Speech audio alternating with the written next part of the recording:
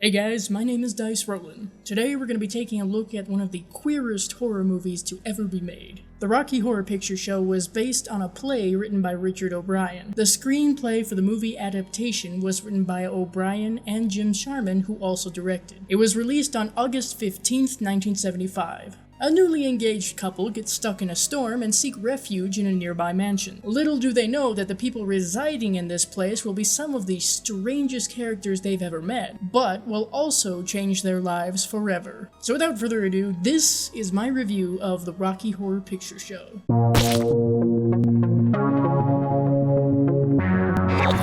The movie starts off with a pair of disembodied singing lips, and the song Science Fiction Double Feature. This is actually sung by Richard O'Brien. As the lips fade away, we are privy to a joyful wedding. Here we meet Brad Majors, played by Barry Bostwick, and Janet Weiss, played by Susan Sarandon. Since Janet caught the bouquet, this spurs Brad on to sing. This number is Damn It, Janet, during which he proposes to Janet. Okay, so Brad isn't a total asshole. At least he waited until after his friend's wedding to do this, unlike some people. However, the thunder and such didn't start until after Brad commenced with this plan, so I guess someone still found it to be a form of sin. On a side note, that's either a very petite individual in there, or... We cut to the criminologist, played by the late Charles Gray, who explains that after Brad and Janet got engaged, they decided to pay a visit to a friend/tutor of theirs, seeing as he was the reason for their meeting. It was a night out they were going to remember for a very long time.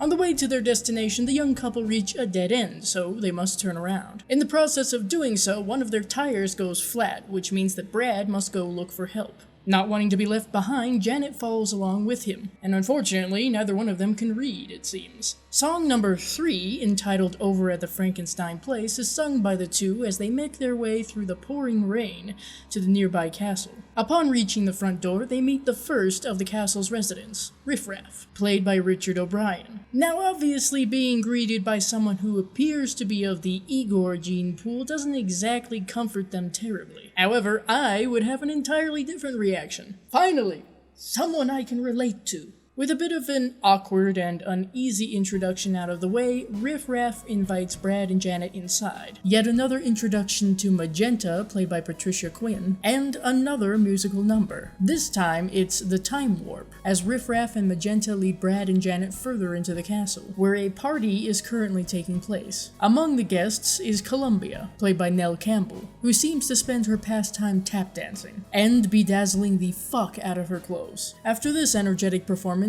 Brad and Janet are more unsettled than they already were upon entering this place. But that's about to go up a couple notches when their host and resident doctor, Frank-N-Furter, played by the one and only Tim Curry, arrives in fittingly stunning fashion. I'm not one hell of a lover. I'm just a sweet transvestite. Something I want to point out is previous to seeing this film, I was used to seeing Tim Curry as a pirate, a butler, or a hotel manager. So this was a bit of a shock.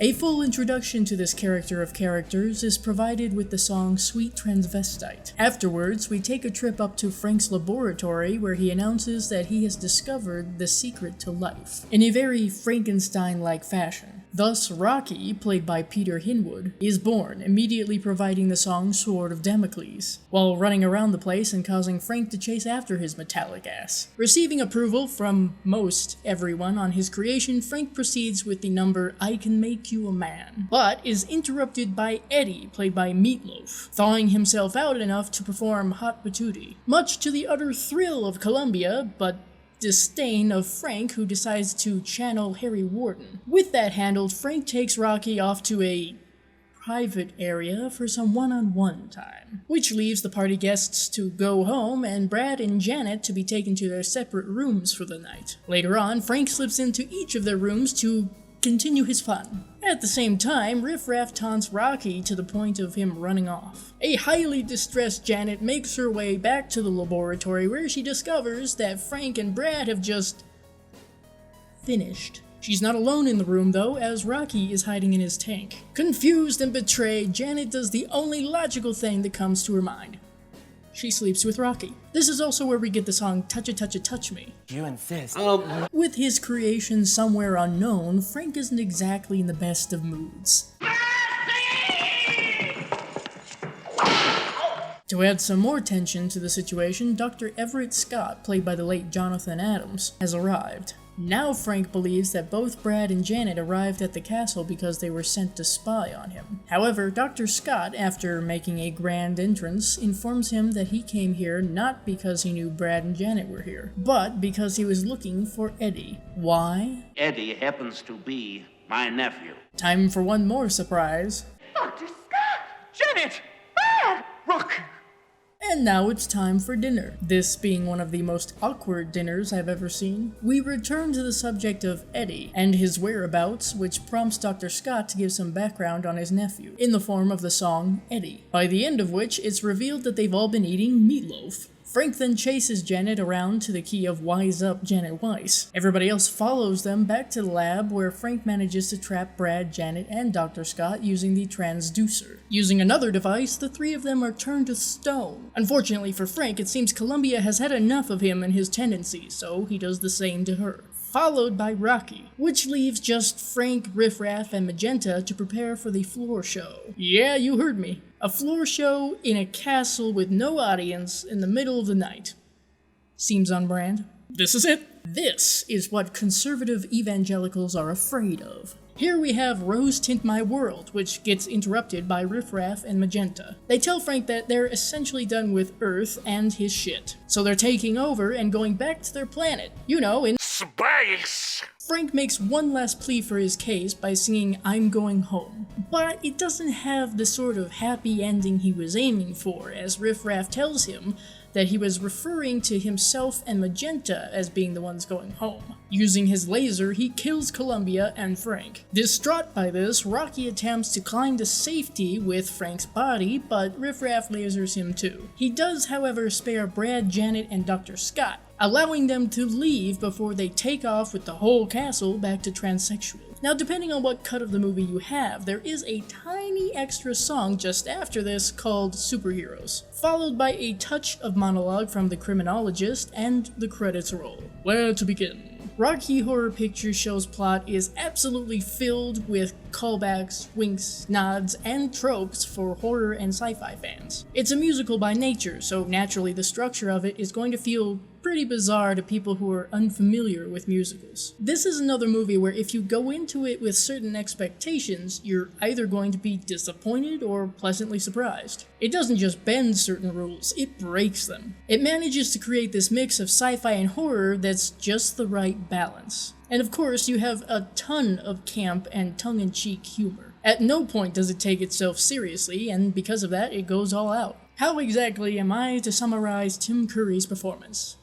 I suppose I could say that without a doubt it's one of his most memorable and recognizable. If someone told me they didn't like him as Frank-N-Furter, I'd have to laugh. How could you not? He's clearly put absolutely everything he had into the character, and even somehow found more to give. Every mannerism, bit of dialogue, and emotion he portrayed was fantastic. There are a lot of highly deserving actors who have given award-worthy performances in horror movies, but never received them because of the genre. I think I speak for quite a few people when I say that Tim Curry is definitely one of those people who deserves said award for this performance alone. Barry Bostwick and Susan Sarandon were excellent as Brad and Janet. They hit the right levels of camp and over-the-top conservative American youth for the characters. It's fun to watch their side, shall we say, in this bizarre world where they're completely out of their element. Sarandon couldn't quite make all of her singing work quite right, but I'm not going to hold that against her. If I had to pick my favorite character from this movie, aside from Frank-N-Furter, I'd go with Riff Raff. Aside from creating Rocky Horror Picture Show and a majority of the songs to begin with, Richard O'Brien somehow manages to embody every creepy henchman-type character we've seen in horror movies. He's entertaining and fun to watch throughout the whole movie, as he's always in the background doing something interesting or making faces. Also, O'Brien seems like the type of guy I would just like to have some tea with and talk for a while. Patricia Quinn is perfect as Magenta. I like the switch she makes between the Magenta we're first introduced to and the Magenta during the climax. She's having a lot of fun with her character. Nell Campbell is kind of in that same category. She clearly went all out with her character. She essentially portrays the kind of character that we all picture when we think of uber fangirls. All the side characters had quite memorable performances. Who can top Meatloaf riding around like a 50s greaser and playing the saxophone? Even Peter Hinwood, who had virtually no dialogue outside of the songs that he didn't even sing, was able to convey his character's emotions and thoughts through just facial expressions. The effects are nearly all practical, and though they do obviously show their age, they're still pretty decent. Actually, given the campiness and whatnot of the film, they fit in even more. There wasn't a lot of blood or gore to speak of. Ironically, a majority of it was pertaining to Eddie. It didn't come across as Hammer levels of obvious, though Eddie's corpse was pretty laughable. Now, the atmosphere is brilliant. It combines some familiar elements and manages to be unique, too. The portion that I like the most are when Brad and Janet are first arriving at the castle, because this feels like just what I would imagine when trying to picture an old Gothic castle, with unknown horrors hidden inside, thunder and rain included.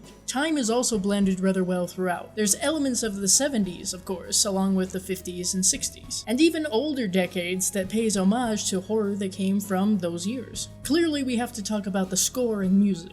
Richard O'Brien wrote and composed the majority of the songs, with Richard Hartley providing practically everything else that was needed, including some extra songs that were needed to fill the movie out more. It all works together to help tell the story and set the mood. I can't really say that there's a weak song among them. They're all highly quotable and obviously easy to memorize. I actually knew 2 of the songs way before I saw Rocky Horror Picture Show. Those were Over at the Frankenstein Place and Time Warp, both of which, just on their own, managed to conjure vivid mental images that, granted, were nothing like what was presented in the movie. The soundtrack and score was solid and easy to listen to without skipping a single bit. With all that being said, I'm giving Rocky Horror Picture Show, you ready for this?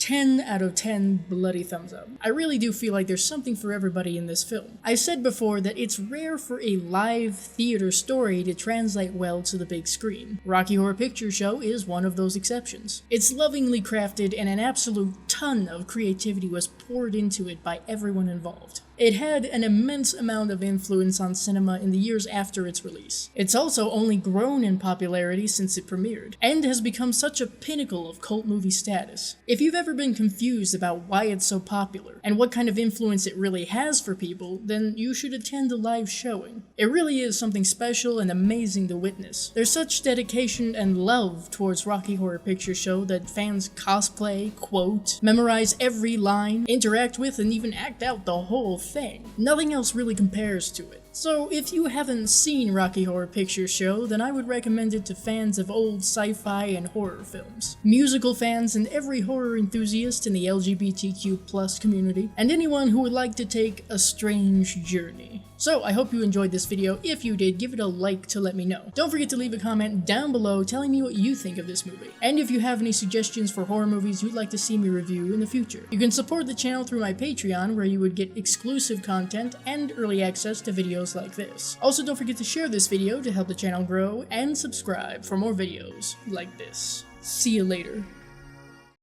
And crawling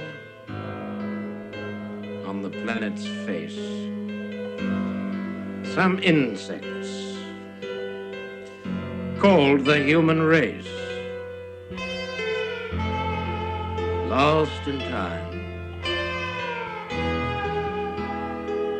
and lost in space.